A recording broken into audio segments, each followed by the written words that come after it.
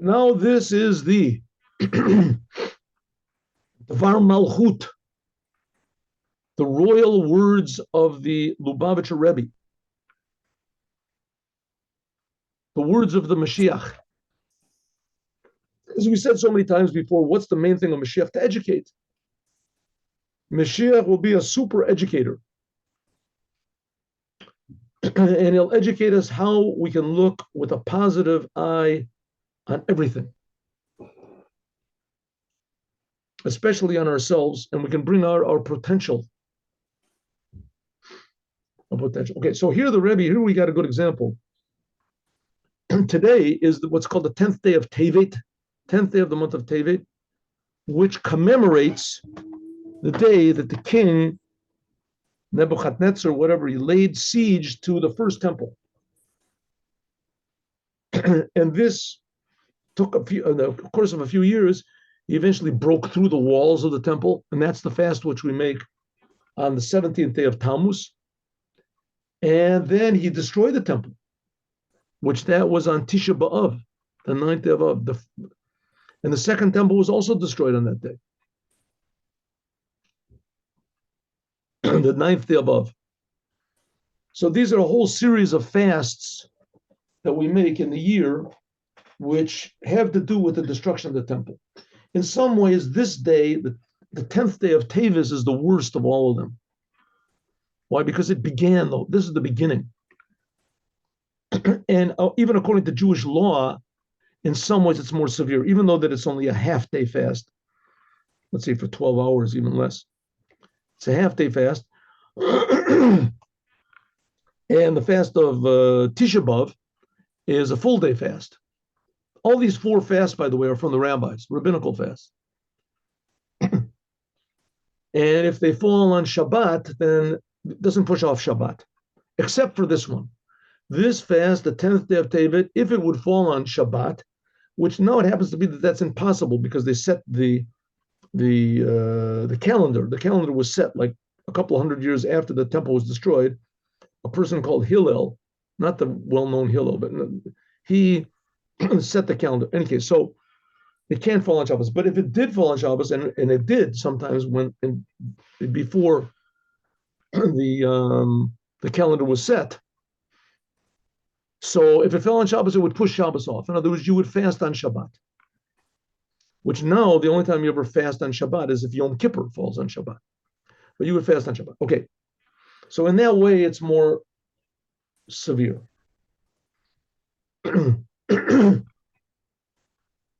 Okay. So it says, but eventually this will bring, if you remember, we talked about this last time. Let's do it a little again. Here we go.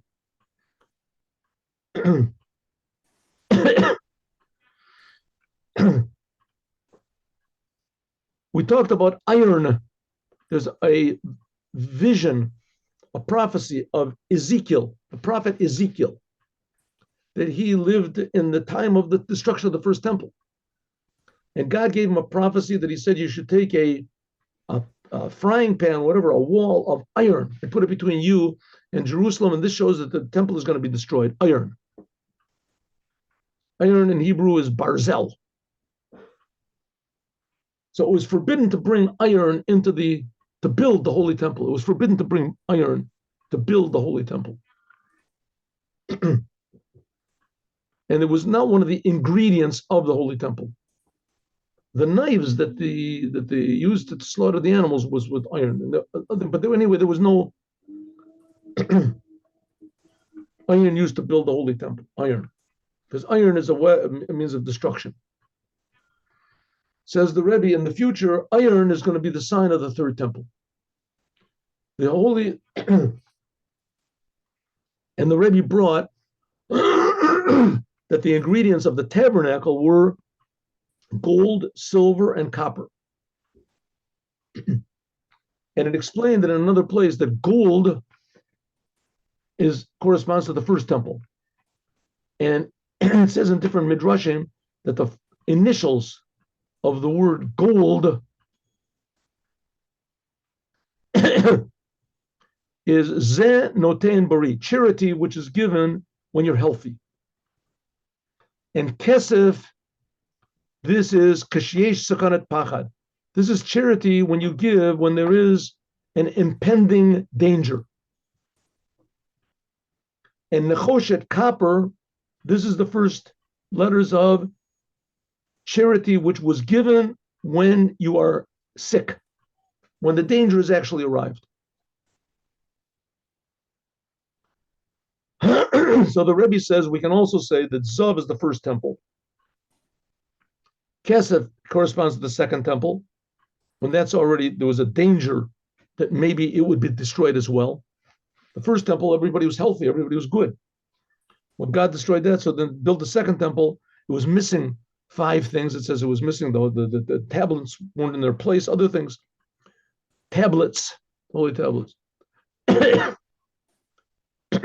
So then there's a danger that maybe it'll happen again, that it'll be destroyed. Cholish, Somertonu, sick, that's the whole time of exile that we're in now. And that the third temple will be eternal, that will be represented by iron, barzel.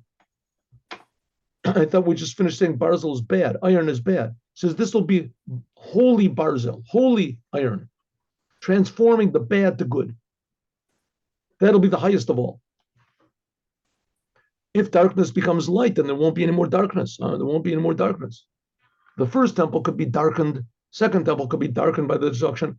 The third temple, not only will it not be darkened, there won't be such a thing as darkness anymore. Barzel, which is bad, will be transformed to good. How will this be so? We'll see. The third temple. The signal of the Torah Kabbalah. Now, this idea of the third temple, by the way, again, like we're learning, the third temple, the main thing in the third temple will be the sacrifices. Commandments. Precisely these commandments was what's going to bring all the Jews to the land of Israel. Therefore, it says that first Moshiach will build the temple, and then it'll draw all the Jews to Israel because they'll do the temple. They'll want to do the commandments. Jewish people will have different priorities than now. Or in the signal Torah of Kabbalah, or let's take this in the language of Kabbalah and Chassidut. You do it's known that Barzel is the first letters, initials of Bilha, Rachel, Mayor. Hi. Zilpa, and Leah. Yeah. Let me just turn this down here. Thank you very much. Here we go, participants. So very good. Okay. Barzel. Barzel are the first letters of Bilha, Rachel, Zilpa, and Leah. Who are they? Those are the 4 wives of Yaakov. And they are the mothers of the 12 tribes. Right? Rachel got Bilha, and Leah got Zilpa.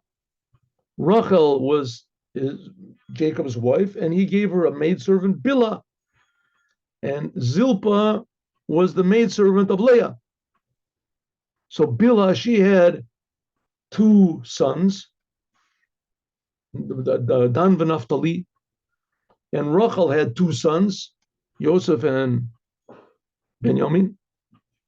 And Zilpa had 2 sons, which was Asher and what is it? And Gad. And Leah had 6 sons. Huh? She had Yisachar and Zebulun, and she had the Ruvain and Shimon and Levi and Yehuda. She had 6. Altogether, 12 sons. These are the 12 tribes. And they're corresponding, there are these 4 levels of the Nukva de Klippa. Corresponding to this, there are also 4 feminine aspects of evil. These are 4 wives. There's 4. Like it says in Og Melech Bashan, says Arso, his bed, Eres Barzel was a bed of iron. Og Melech Bashan was the big enemy of Abraham. He got saved from the flood. They are the Dalit Imot, that they are the opposite side of the holy mothers, four mothers. You call them four mothers, F-O-R-E. No, never, don't call them that. Anyway, the mothers of Judaism are Bila, Rachel, Zilpa, Valea. And the opposite, there's also, it doesn't say what the names are, but anyway, there's also four corresponding evil that you should know that God made. It's explained in the Tanya in the 6th chapter. In the, whatever is it, also the 11th chapter. Everything God made in holy, he made in opposite. Huh? That's why he did it. So he did it in order that we would transform it. But meanwhile, the opposite is doing a big job of being an opposite and opposing holiness. That's inside of us also, inside of each one of us. So inside of each one of us, there is a barzel, a holy barzel, corresponding to the four mothers, and an unholy barzel, in which that's destructive. That's why he couldn't bring it into the holy temple. Although Osif and the Iran, Shagam Sidron Shal Daladimot, also the order of the four mothers of Judaism, of Barzel, Bila, comes before Rachel, and Zilpa comes before Leah, that the Shifcha, that the maidservant comes before her mistress, who is Seder de le umat Shifcha ki tarish givirta. The whole order indicates something bad. Bila, the maidservant, comes before the mistress. So already in the good is already hinted at that somehow or other there's contact with bad. It comes from bad. We'll see. Yeshlam, we can say Shagam B'Kedusha, that also in holiness there's also this same order. Barzel, the Shifcha, the maidservant, comes before her master, mistress, but for a good way. Generally, it's a bad thing if the servant rebels against the master, it's bad. But there's also a good way that the servant is higher than the master. How? Let's first of all talk about who are the mothers of Judaism and how in some ways they're better than the fathers of Judaism. Now, who are the fathers of Judaism? We've already talked about that 1 minute. We've already talked about that, who the fathers of Judaism was. Everybody knows Abraham, Isaac, and Jacob. Who are the mothers of Judaism? Here we have Rachel, Leah, Bilhah, and Zilpah. In some ways, the mothers are better than the fathers. How? Now, again, we have to realize we're not just giving a history lesson over here. This is not just a comparative, whatever it is, history, and it's also not a Kabbalah lesson. We're talking about these levels in spiritual holiness, very interesting intellectual tricks. Those things are true. It's also historical and it's also Kabbalistic and all this. This is very interesting stuff. What we're talking about in relation to us. What does Abraham, Isaac, and Jacob, Rachel, Leah, Bilhah, and Zilpah inside of us? What is this inside of us? How does it activate? What does it have to do with our lives and our serving the Creator? Like it says by Avram, like it says by Abraham, Sora. Everything that Sora said, you have to listen to what she says. Sora, in some ways, is better than Abraham. Shaya Avram, in some way, Abraham was secondary to Sora in prophecy. Right? She said Abraham wanted that Yishmael should be his inheritor. And Sora said, no way. Kick him out of the house. Get him out of here. And that was the opposite of what Abraham wanted. God said to Abraham, listen to your wife. Like it will be in the future when it says, Nekevas Sovevas Gever. It says that the feminine will be higher than the masculine. Eshet Chayla Teret Bala. A woman of valor is the crown of her husband. That's why you probably wondered, maybe, or you didn't wonder, but anyway, that's why God is always referred to as masculine. Baruch atah, you masculine. Why? Because that's the giving aspect, so to speak, the spiritual aspect. And the Jewish people are feminine. we've said this before so many times, like Mother Earth. The earth receives, right? That's the receiver. That's the feminine aspect. And the giver, that's the receiver is the feminine aspect. And the giver is the masculine aspect. Well, it says in the future, the feminine aspect is going to be higher than the masculine aspect. Eshet Chayil, a woman of valor, she's the crown of her husband. Spirit of Malchut, that this aspect of Malchut will be the lowest aspect, God's kingship, the physical world, Titaleh will be elevated, Lamaila, from all of the other spirit. We've talked about this before also, but something like nowadays, the commandments, which now are basically meaningless, and they're just physical acts, are much below the Talmidi Chachamim, the tremendous Talmudic scholars and people that can speak for hours and hours and say these amazing Torah ideas, right? And any fool can put on tefillin, anybody can put on tzitzit, right? There's no big deal to put a mezuzah on your door, right? All you have to have is just, mechanical skills a little bit. You can pound a nail into a now you don't even have to have a nail. They have this glue on the back of the mezuzah. You stick it on. You did a commandment on your house. Anybody can do that. To sit and learn Talmud, that's an accomplishment. It says in the future we'll realize that the true accomplishment is doing the commandments. Sof Masa, the last lowest deed, that's what rose up in God's thought first. Sheme'en says something like this is by Abraham, Isaac, and Jacob. Like it says, Shlosha hitimu et chodesh baruch hu olam hazeh man olam haba. There were three that God gave to taste the world to come while they were still alive in this world. Abraham, Yitzchak, and Yaakov. Like it says, Bakal, Mikal, Kal. It says Abraham, he blessed him, Bakal, and everything. It says Mikal and Kal. Each one of them says these words, Kal. Abraham was blessed in everything, from everything. Yitzchak, Bakal, and Yaakov. They all tasted. Alder says similarly. It also. Menagea, 1 second.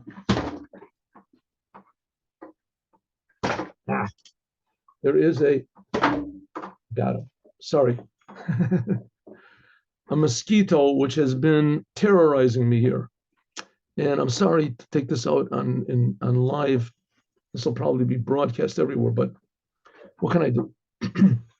That says also the same thing. Bilhah comes before Rachel. Zilpah comes before Leah. There was the lowest one. The maidservant is higher. Like it says in Rachel, she gave Bilhah, when Rachel gave her maidservant to Yaakov, she said, Eboneh gam ani mimena, I will build from her. That the mothers, they were the level of Malchut, of Atzilut, and the Shfachot and their maidservants, they are Malchut, how it comes down into the lower worlds, Bria, Yetzirah, and even Asiya, physical worlds. And it was the maidservants that built up their mistresses. And this it says, Evan Masu Aboni Moyasol Rosh Pina. Says the cornerstone that was despised by the builders, it became, that's why it's made the cornerstone. They put it below everything. Nobody will pay attention to it. What do people pay attention to? Oh, look how high the building is, how big the penthouse. It says the lowest stone, that will become the Rosh Pina, will become the the highest of the, what is it? The top of the building. Sha'avot, that the fathers, Shabonim, Malchut, Al Yadei, that the fathers, they built up this lowest level by means that they got married to the mothers, to Rachel and Leah. Lo Ratzu, they did not want to marry the Shvachot, Kivin Shemasu, B'Yeridat L'Biyah. They didn't want to get married to Bilhah and Zilpah. Bilhah and Zilpah were despised. Apple became, nevertheless, by means of getting married to the maidservants, Bilhah and Zilpah, that signifies in Kabbalah this aspect of God's Malchut, his kingship, how it comes down into the physical worlds. First of all, the lower spiritual worlds, and then the lower and lower till it came down to Asiya, the physical world. By means of this made a binyan, this made a building and an elevation in Malchut, in the kingship of God. And there was this physical world in the ultimate level. Shivcha ki tirash givirta lamaliusa. It says that sometimes the servant rules over the master, but in a good way. Right? The servant, in other words, fulfills the will of the master better than what the master can do himself. Similarly, that's what's hinting at the third temple. That's Barzel. That's also the idea of the third temple. Navur, it's explained in Trushi Hasidus, the reason that the third temple was made of stones, and it was not made like the Mishkan, like the tabernacle, it was made from wood. In the tabernacle, there was the walls were made of wood, and the top was made of animal skins. So it went from mineral, that was the ground, and then plant, that was the walls, and then animal, that was the wall. It went from below to above. And the holy temple, the first and the second temple, that was made only from stones, from the lowest of lows. In the temple, even more, it said you shouldn't put any wood into it. It says there was okay, even why? Because the first and the second temple, this was something like the completion that's going to be in the future. The Malchut, the aspect of Malchut, the lowest aspect of God, the physicality will be higher than Zer Anpin. Zer Anpin are the emotions of God, the spiritual. Like it says, Eshet Chayil, a woman of valor, she will be the crown over her husband. So this physical world will be higher than all the spiritual worlds. Look, and therefore the first and the second temple were built from stones. Shemor, this indicates al Sfirat Malchut, on God's kingship, the lowest aspect of God. And the tabernacle, the temples were not built from Atzei Shittim, from the Shittim wood, which is mint plant. Shemor, this indicates al Zeranpin, on God's emotions. It grows. But in any case, the first and the second temple, they were not built from iron, because stones at least were good potential, but iron is bad. Iron is worse than stones. Iron shows on Sfirat Malchut how it comes down to the lowest of lows. Something like the maidservants, how they come down into the, so to speak, they're not holy. The Abraham, Isaac, and Jacob, they didn't want to get married to them. Same thing is with iron.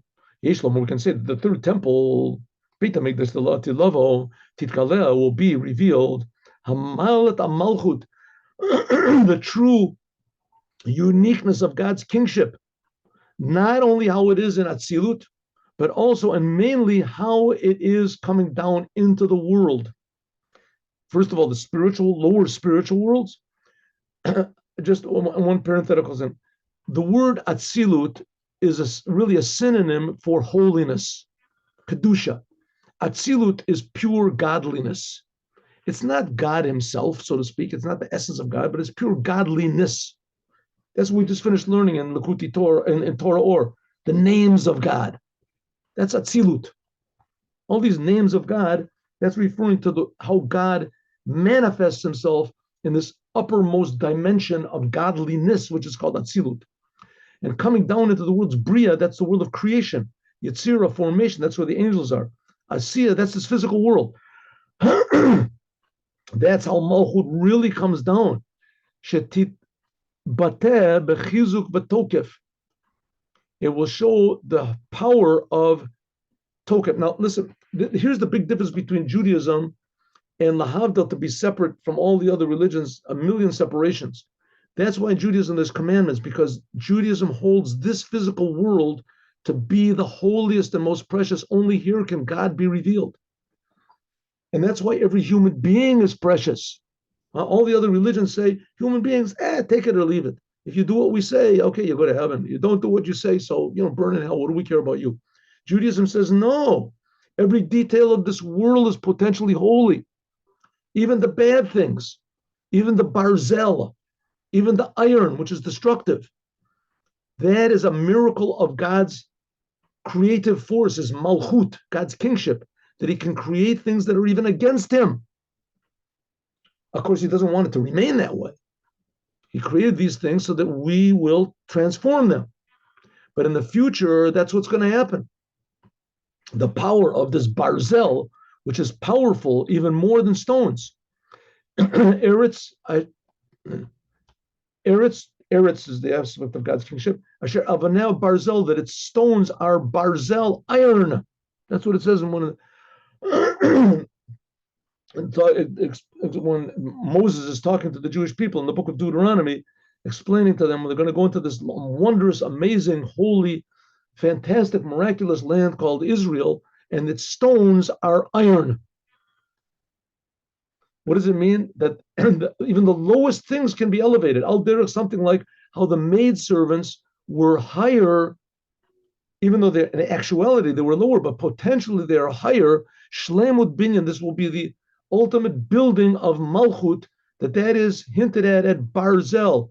First of all, Bila, the maidservant of Rachel, and then Zilpah, who is the maidservant of Leah, and as the lowest becomes the highest.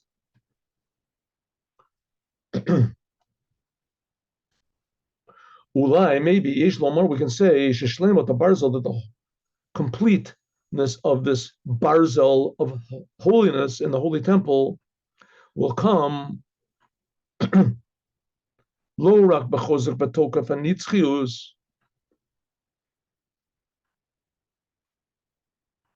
and not the holiness of the third temple will, the uniqueness and the holiness of the Holy Temple won't just be to show that it's eternal, but the fact that the building itself, not just the stones, but also the iron, the iron itself will be part of the building of the third temple.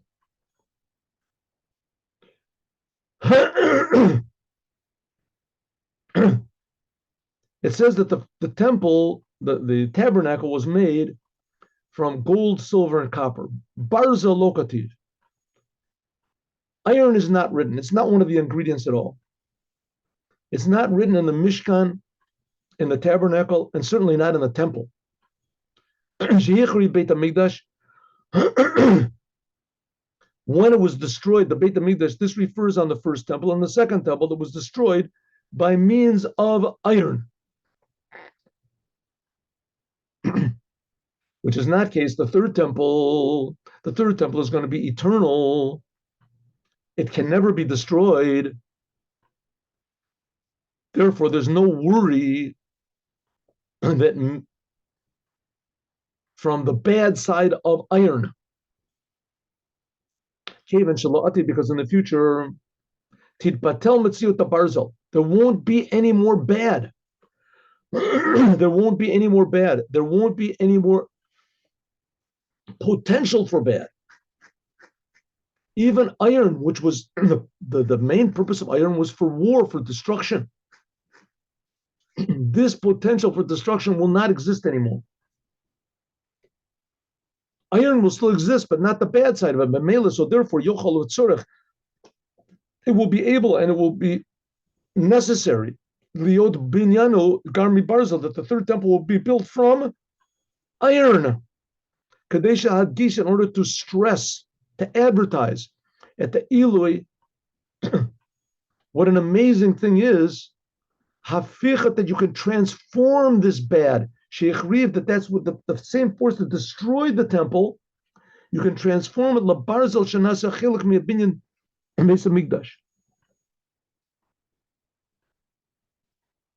Let's say in a simple language, imagine if you could transform all the power of bad in this world to good. You know what people are willing to do to get drugs? Not to get drugs, they're willing to do anything. They're willing to disgrace themselves and do all sorts of crimes in order to fulfill their addictions or their lusts. People are willing to insane things that people are willing to do in the name of lust, in the name of just pure destruction. You ever see there's these movies of World War II, right? The enthusiasm that the German forces went in to Russia and to France, how they destroyed, they blitzed and killing people and this, and they were so tremendously, totally, how do you say, inspired and involved to a degree that they would never do so in their normal lives. Right? They would stay up for 3 days, 5 days in a row, eat almost nothing and go and fight and destroy and fly and bomb and go with this and risk their lives and this, only to do bad. But imagine if you could use all of that energy and that enthusiasm and that inspiration and that self-sacrifice for good. Oh, that would be an amazing thing. For love, for caring about others, for helping others, for honesty. What the world, what an amazing world it would be. No one would be depressed. No one would be this. No one would say, I can't, it's impossible at this. Yeshlom, we can say, Shamash, that's what it means that the Barzel, this power of destruction, will be transformed to good. Yeshlom, we can say, Shamash, that what it says, B'divrei Yomim, in the book of Chronicles, regarding to what King David did when he prepared everything that was needed for the holy temple. Hachinoti lebeit Elokei, I have prepared. King David said, I have prepared everything for the holy temple, first temple. Of course, he didn't build it, his son, Solomon built it. But I've prepared everything. Zav, I prepared gold for the gold of the temple. I've prepared silver for the silver of the temple. I've prepared copper for the copper of the temple. Barzel and iron for the iron of the temple. And even more. Barzel mea elef kikarim. He said he prepared iron, 100,000 blocks of iron, units of iron. This is the main thing of the future temple, will be built also by means of David Malchut Moshiach. King David, he's the first Messiah, and King David will be the last Messiah, David Malchut Moshiach. Shebinyano, that the building of the third temple will be not just from gold, not just from silver, not just from copper, but it'll be from iron. One more, a little bit more. Alpi said, now we can understand what's the whole idea of the 10th day of Tevet. This fast day that we're in now, this is the building, the beginning of the building of the third temple, Gulatida. Why? Alpi, even though Shamatzor, that the siege that Nebuchadnezzar made on the 10th day of Tevet, it was the beginning of the events that eventually led to the destruction of the temple. Hare Kavan Shekavana says, since the reason for this, the intention was that afterwards there would be built the third temple. The first temple was destroyable. It was destroyed. The second temple was destroyable. It was destroyed. The third temple won't be destroyable.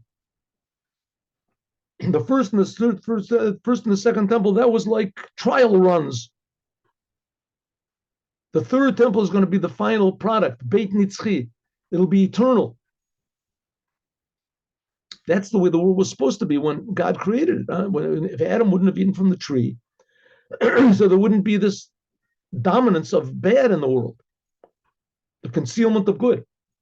In the future, there will be an eternal Nimsa. So it comes out, so Techilah, to the beginning of the destruction of the temple, this was mainly in order, and this was the beginning of the third temple. Inyan said this is also hinted at in the signs that were given to the destruction, to the beginning of the siege that God gave to Ezekiel, Yechezkel.